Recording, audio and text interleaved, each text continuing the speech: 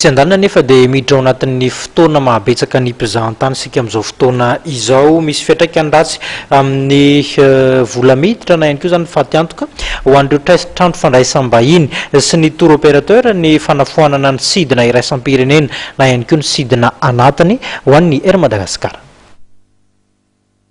Efa hiditra tanteraka amin'ny fotoana mahabe ny mpanjifa amin'ny resaka fizahantany na ny haute saison isika amin'izao fotoana izao. Miankina amin'ny sidina ataon'ny Air Madagasikara ny mahabe ny mpanjifa amin'ity taona ity. Misy fiantraikany ratsy ho an'ireo hotely mpandray vahiny fa indrindra ihany koa ho an'ireo tour opérateur ny fitokonana izay tanterahan'ny mpiasan'ny kompania Air Madagasikara. Efa nanomboka omaly no nisy ny fanafoanana ireo sidina anatiny sy ny sidina iraisam-pirenena izay andraiketan'ity kompania Air Madagasikara ka miteraka fatiantoka ao amin'ny sehatry ny fizahantany izany. Anisany mijaly ihany koa ny mpanjifa. Tokony hatsaraina ny fomba fiasa eo amin'ny kompania Air Madagasikara indrindra fa nitolotra omenan'ny mpanjifa raha nambaran'ny tour opérateur iray ny Dodo Travel Tour. Ny fiantraikany aty aminay dia voamaika ratsy zany.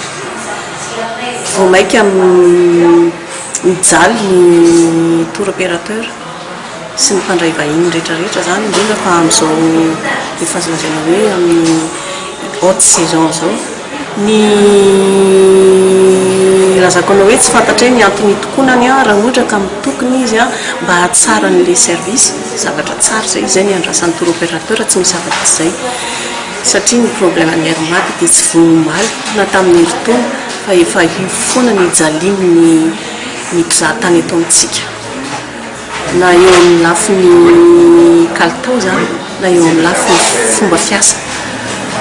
Anisany tena sakana lehibe ny mpizahatany eto amintsika fahatongavan'ny mpizahatany eto amintsika ny fomba fiasan'ny Air Mad. Dia raha io fitokonana io zany ohatrany hoe hitondra fahatsarana dia arabaina mihitsiny. Fa raha ohatra kosa ny voamaika hitondra fikorotanana sy fitsitongana eo amin'ny lafiny fizahantany izay efa miatraika amin'izao fotoana izao sahady dia tena tokony eritreritra zany ny